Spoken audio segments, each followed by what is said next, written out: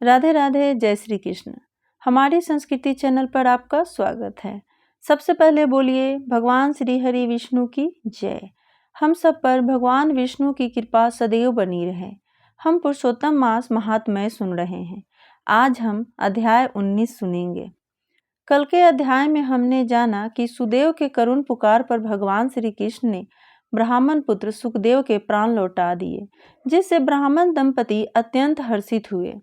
तब सुदेव ने श्री कृष्ण से अत्यंत विनम्र होकर पूछे कि हे प्रभु, मेरे भाग्य में 7 जन्मों तक पुत्र नहीं था, तो फिर आपने मेरे मृत पुत्र को जीवित कैसे किया।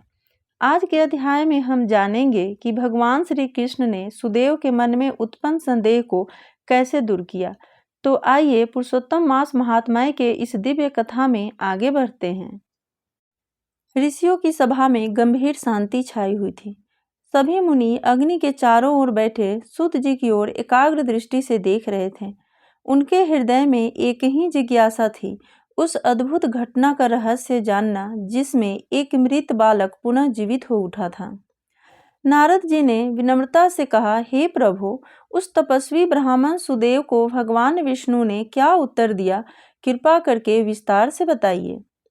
सूत जी ने मंद मुस्कान के साथ कथा आरंभ की। हे मुनियों, जब सुदेव ब्राह्मण ने अपने हृदय की शंका भगवान के सामने रखी, तब भक्त वत्सल भगवान विष्णु अत्यंत प्रसन्न हुए। उनकी वाणी मेघ के समान गंभीर और अमृत के समान मधुर थी। भगवान बोले, हे द्विजराज, तुम नहीं जानते कि तुमने कितना महान कार्य किया है। यह पुरुषोत्तम मास जो हमें अत्यंत प्रिय है, उसी का प्रभाव है। तुम शोक में डूबे हुए थे, परंतु अनजाने में ही तुमसे इस मास का व्रत और तप हो गया। 1 महीने तक तुमने अन्न नहीं लिया, यह उपवास बन गया। वर्षा के कारण तुमने दिन में 3 बार स्नान किया, यह पवित्र स्नान बन गया।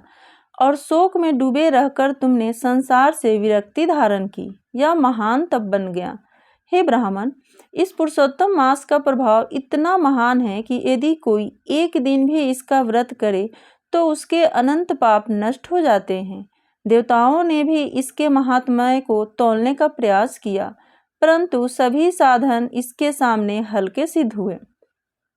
भगवान के ये वचन सुनकर सुदेव के हृदय में आश्चर्य और श्रद्धा का समुद्र उमड़ पड़ा।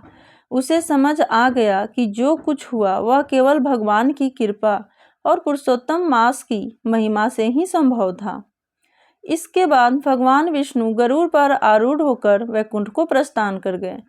सुदेव ब्राह्मण और उसकी पत्नी गौतमी अपने पुत्र सुखदेव को पुनः जीवित देखकर अत्यंत आनंदित हुए। उनका घर जो शोक से भर गया था, अब हर्ष और कृतज्ञता से भर उठा। सुदेव ने मन ही मन सोचा, मैं तो अज्ञानवश इस मास का पालन कर बैठा और इसका इतना महान फल मिला। यह मास सचमुच अद्भुत है।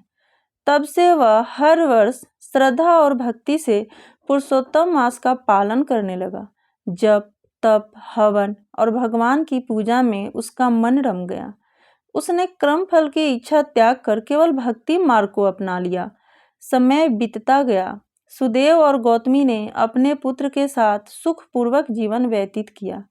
अंततः हजारों वर्ष तक धर्मपूर्वक जीवन जीने के बाद वे दोनों विष्णु लोक को प्राप्त हुए, जहाँ शोक और दुख का नाम भी नहीं था। वहाँ दिव्य सुखों का अनुभव करने के पश्चात वे पुनः पृथ्वी पर जन्म लेकर राजा दृढ़धनवा और उनकी रानी गुण सुंदरी के रूप में प्रकट हुए। सुखदेव जो उनका पुत्र था, वह भी पूर्व जन्म के संस्कारों से युक्त होकर सुख पक्षी के रूप में आया और अपने पिता को वैराग्य का उपदेश देकर उनका कल्याण किया। इस प्रकार सूत जी ने कथा समाप्त करते हुए कहा, हे राजन, यह सब तुम्हारे ही पूर्व जन्म की कथा है। पुरुषोत्तम मास के प्रभाव से ही तुम्हें यह वैभव, यह राज्य और यह ज्ञान प्राप्त हुआ है। सभा में बैठे सभी ऋषि इस अद्भुत कथा को सुनकर भाव विभोर हो उठे। उनके हृदय में पुरुषोत्तम मास के प्रति अटूट श्रद्धा जाग उठी। आज का अध्याय यहीं समाप्त हुआ। आगे की कथा हम कल के अध्याय में सुनेंगे। दोस्तों, अगर आपको हमारा ये वीडियो पसंद आए तो लाइक और सब्सक्राइब जरूर कीजिएगा और कमेंट में जय श्री कृष्ण जरूर लिखिएगा। प्रेम से बोलिए भगवान श्री हरि विष्णु की जय।